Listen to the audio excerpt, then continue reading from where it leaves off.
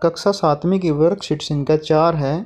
ज्यामितीय चित्रों का नाम और उनको दैनिक जीवन में हमें कैसे यूज करते हैं। उसके बाद है वर्त के भाग कौन कौन से हैं। तो ये हम वर्कशीट संख्या 4 आज हम करने जा रहे हैं। तो ये इस फिगर में सबसे पहला ये हमारे पास बिंदु है।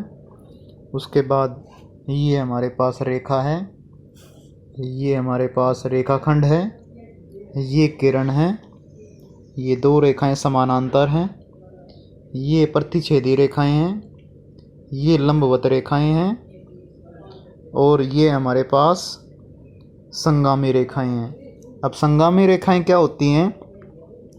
3 या 3 से ज़्यादा रेखाएं यदि एक बिंदु से होकर गुजरे उन्हें हम संगामी रेखाएं कहते हैं। और लंबवत रेखाएं जो मैंने ये बताई है ये क्या होती हैं? जो समकोण बनाती हैं आपस में एक दूसरे से। और संरेखी बिंदु वो होते हैं जो एक ही रेखा पे बहुत सारे बिंदु होते हैं, जैसे कि ये हमारे क्या हैं? संरेखी बिंदु हैं। ये हमारे पास वर्त है। वर्त में हमारे पास बिंदु O है जो बिल्कुल बीच में होता है। इसको हम केंद्र बोलते हैं, वर्त का केंद्र बोलते हैं, जो बीच में बिल्कुल होता है।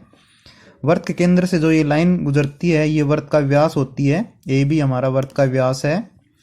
ये हमारे पास कोई बाहर बिंदु है तो इसको हम बाह्य बिंदु बोलेंगे। ये वर्त के यहाँ पे जो लाइन है OC ये हमारी वर्त की त्रिज्या है। हमारी OA और OB वर्त की त्रिज्या ही है।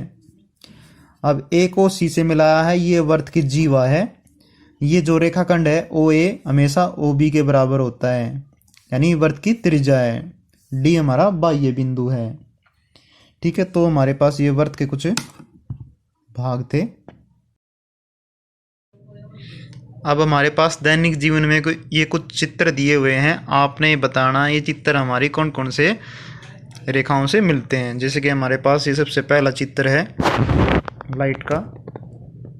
ठीक है, उसके बाद है ये हमारे पास सड़क पे हमारे पास ये येलो पट्टी है, पेंसिल है, और उसके बाद ये चिड़िया बैठी हैं वायर्स पे।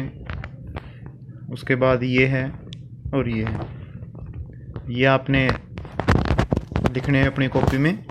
उसके बाद है अपने घर में उन वस्तुओं के नाम लिखे जिनके द्वारा आप एक वर्त बना सकते हैं। साथ ही अपने आसपास में कोई 2 स्थितियाँ लिखी हैं जहाँ आप वर्त बनता हुआ देखते हैं। तो ये हमारी कक्षा 7वीं की वर्कशीट संख्या 4 थी।